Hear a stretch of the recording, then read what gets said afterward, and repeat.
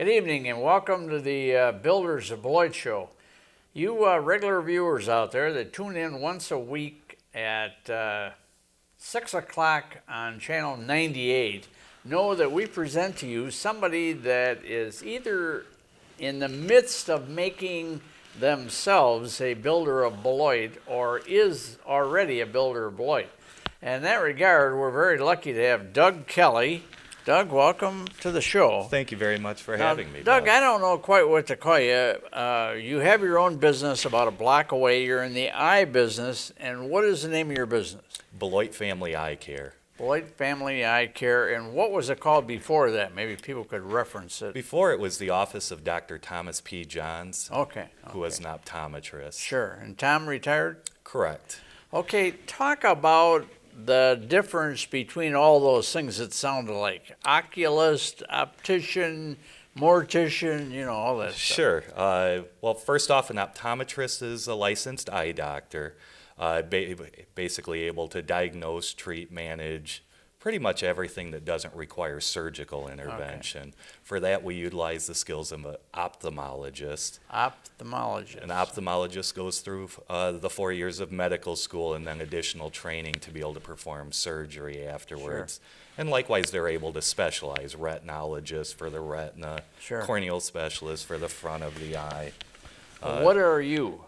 I am an optometrist. Optometrist. And then likewise, I employ an optician.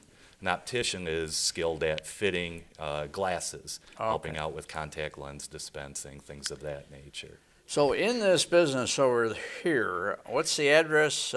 400? 540. 540 East Grand. Correct. And that's directly across from Domenico's. Correct. That's our major landmark. That's right. Help people find their office. How many employees do you have over there? Currently, I have 2, which is actually doubled the employees since I took over the office. Okay.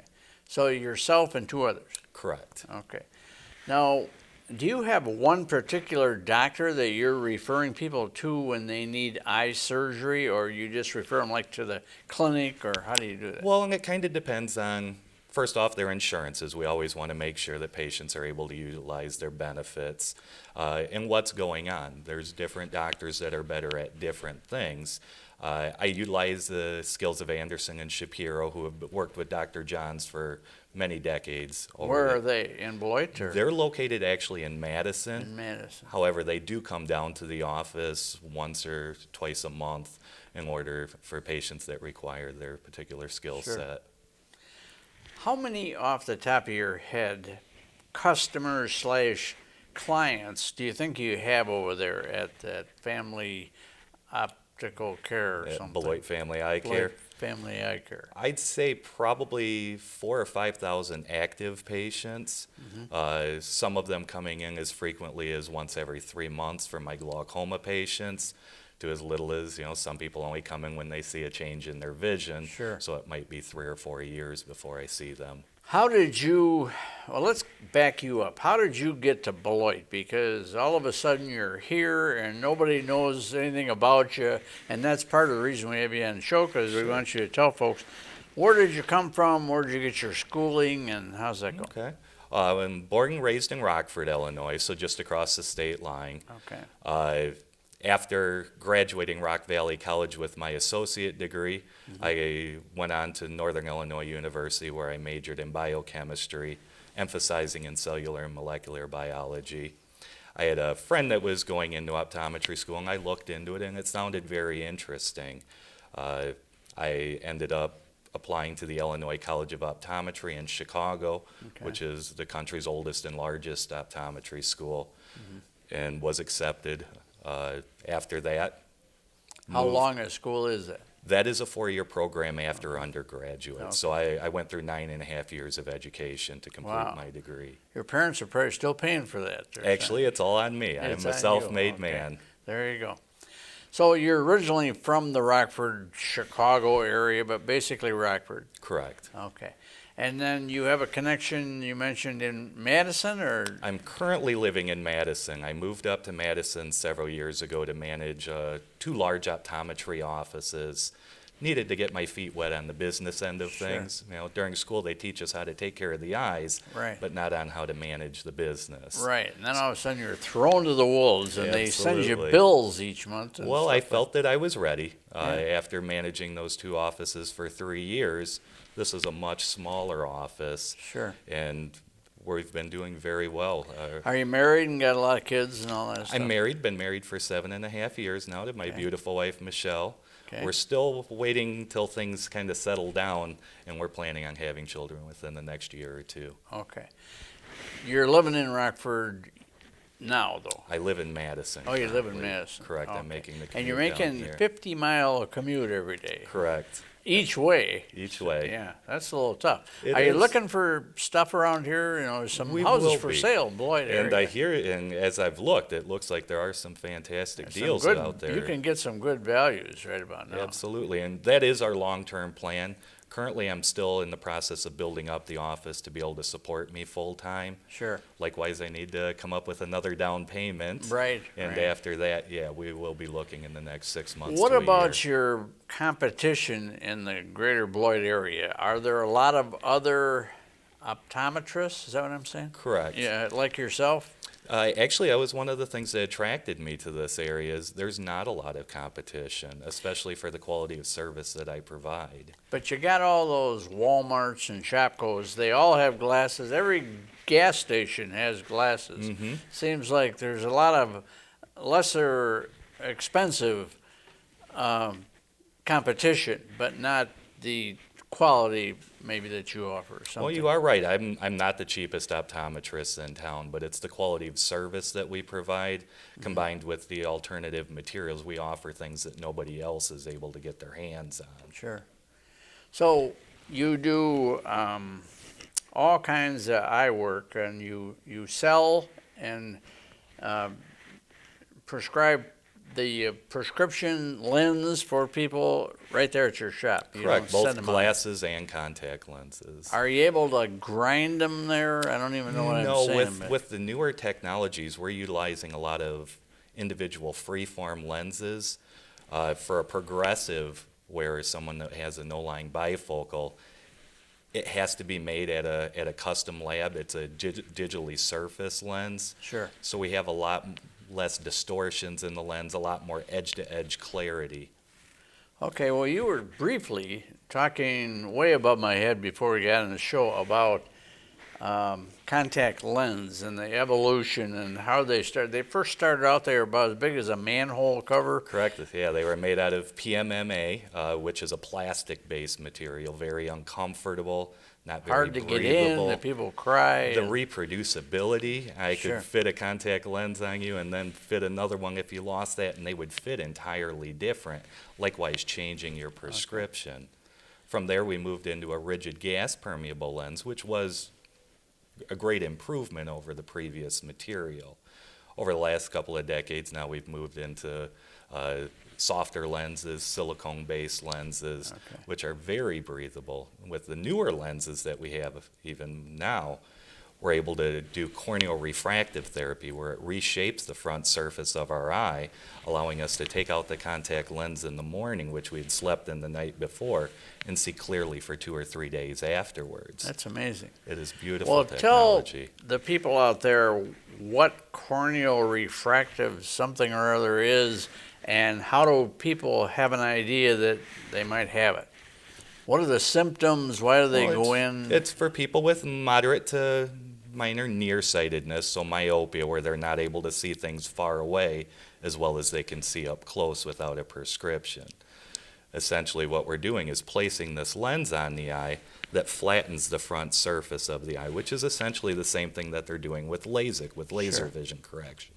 However, there is no cutting involved. None of the risks that are involved with the LASIK are applicable to the corneal refractive therapy. Well, this laser business and your business are interchangeable anymore. When you talk about eye care, you talk about laser stuff. And how did that come about where all of a sudden people are going in and getting laser surgery and they don't need glasses anymore?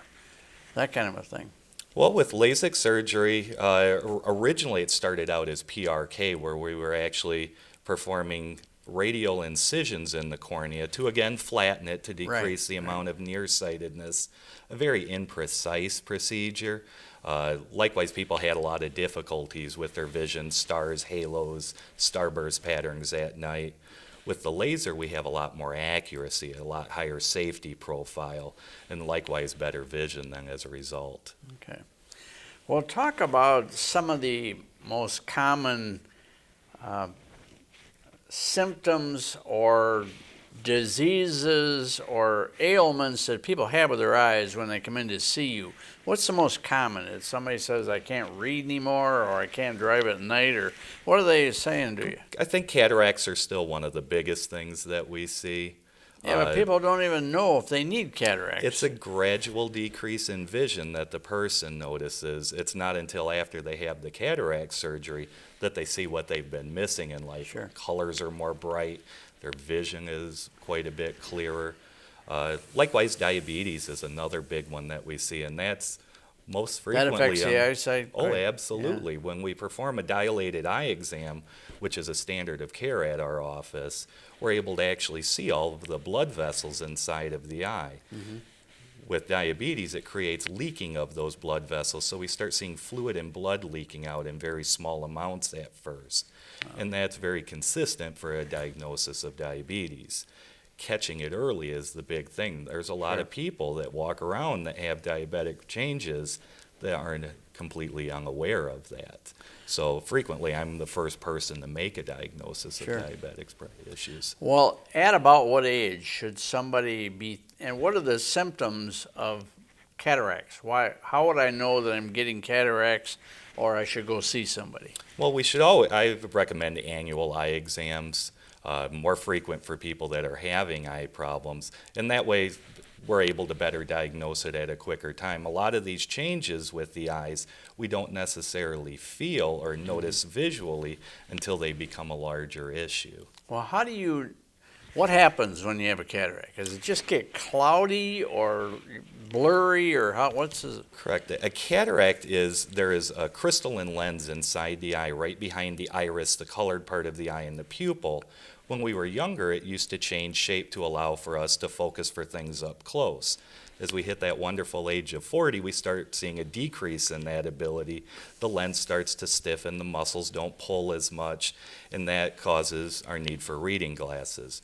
Well, also throughout age, there's a generalized yellowing, a clouding of that lens. It starts building up with impurities, free radical damage, sunlight, ultraviolet, and that causes the decrease in our vision then. So when you determine somebody needs cataract operation, that is, have the cataracts removed, you refer them to a surgeon. Correct. Of some kind, and what happens then when they go in to see the surgeon? What's the procedure with that? So many people are afraid to even go in and talk about it because they hear about this surgery, and maybe you could lessen their fears somehow. What happens? Well, the surgeon's first off going to examine what their actual vision is. In order to be determined medically necessary, the insurance company wants there to be documented a certain decrease in their vision. Likewise, the surgeon's going to evaluate the cataract again through a dilated pupil exam to be able to determine what stage the cataract looks to be. After that, we want to take several measurements of the axial length, the length of the eyeball, because we're going to implant a lens to be able to replace the refractive power of the cataract after we remove it. So they're always going to have a new lens of some kind. Correct. That's a permanent thing, or? Yes. Okay. Prior to around 50 or 60 years ago, we didn't have the technology to be able to replace the lens, and that's when you'd see people walking around with very thick glasses because there is a lot of refractive power in that lens that we remove. Well, what percentage, just off the top of your head from all your knowledge of the business, what percentage of people need cataract operations? Or at what age should they be looking at it? Well, usually, two-part question. we're all very unique. My niece was actually born 3 months premature and had a cataract when she was born. Really? Which is a very rare circumstance, Sure. but it can happen. Likewise, people that have traumatic accidents, blunt force trauma, car accidents, can develop cataracts as well. Really? Typically, for the general age-related cataract, though, we start seeing